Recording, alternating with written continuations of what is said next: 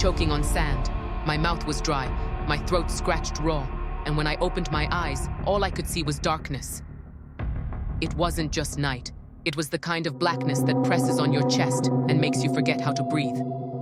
I wasn't alone. Something heavy dragged along the ground beside me, the sound like wet cloth scraping on dry earth.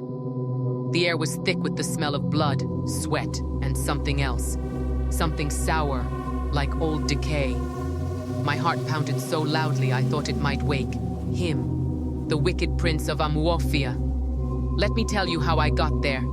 It started 3 weeks ago when I went to Amuofia for my uncle's burial. My name is Ifechi, and I'm from Obolo, a small village by the river.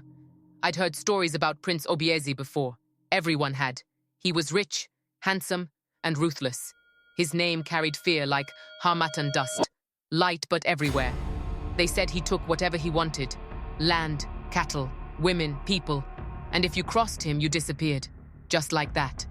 I didn't plan to stay long in Amorphia, just bury uncle and leave. But on the second night, after the burial feast, I made the mistake of wandering too close to the palace. The walls were tall, built from red clay with spikes lining the top. But that night, the gate was open. I don't know what pulled me toward it. Curiosity maybe, stupidity probably. I stepped through the gate and into the courtyard. That's when I saw them, a line of people, men, women, even children, kneeling in the dirt.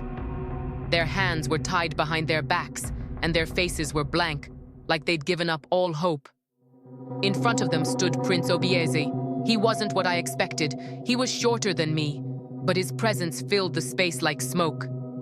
His skin glistened under the moonlight, and his eyes, they were black holes, pulling in everything around them. He held a whip in one hand and a staff in the other. The staff was carved with the face of a snake, its mouth open as if ready to strike. He raised it and pointed at one of the kneeling men. "Take him," he said. His voice was calm, almost bored. 2 guards stepped forward, grabbed the man, and dragged him toward a pit at the edge of the courtyard. The man didn't struggle. He didn't even scream when they threw him in. I should have run then, but my legs felt like they were rooted to the ground, and then he saw me. "You there," he said, his voice cutting through the air like a blade. "Come closer." I shook my head, my heart pounding. "Come closer," he repeated, and this time it wasn't a request. The guards started moving toward me, so I stepped forward, my legs trembling.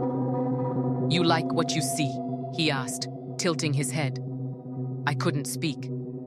"You shouldn't be here," he said, "but since you are, you'll join them." Before I could react, the guards grabbed me. They tied my hands, threw me to the ground, and forced me to kneel with the others. That's how I ended up in the pit. The pit wasn't deep, but the walls were too steep to climb. It smelled of rot and despair, and the ground was littered with bones. I wasn't alone. There were others, 10 of us, maybe more. We didn't speak, we didn't cry, we just waited. At dawn, the prince came to the edge of the pit. "Good morning," he said, smiling. "Welcome to my kingdom. You'll be useful soon." Then he laughed, a sound that sent chills down my spine, and walked away. We were there for 3 days. No food, no water, just the sound of the guards' footsteps and the prince's occasional laughter. By the 4th day, I started to hear whispers, not from the other prisoners, but from the walls. "Run," they said. "Run before the feast." On the 5th night, the guards pulled us out. They tied us together with a thick rope and marched us into the forest.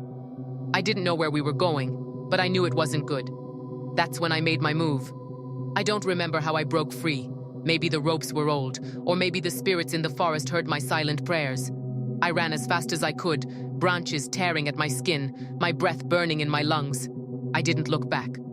When I finally stumbled into Obolo, I collapsed at the feet of an old woman. She screamed for help, and soon the villagers gathered around me. I told them everything, about the prince, the pit, the whispers, but no one believed me. "He's cursed," they said.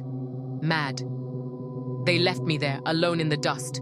But I know what I saw, and I know this. Prince Obieze is still out there, waiting. And if you ever find yourself near Amwofia, Don't wander too close to the palace, because once he sees you, you'll never escape.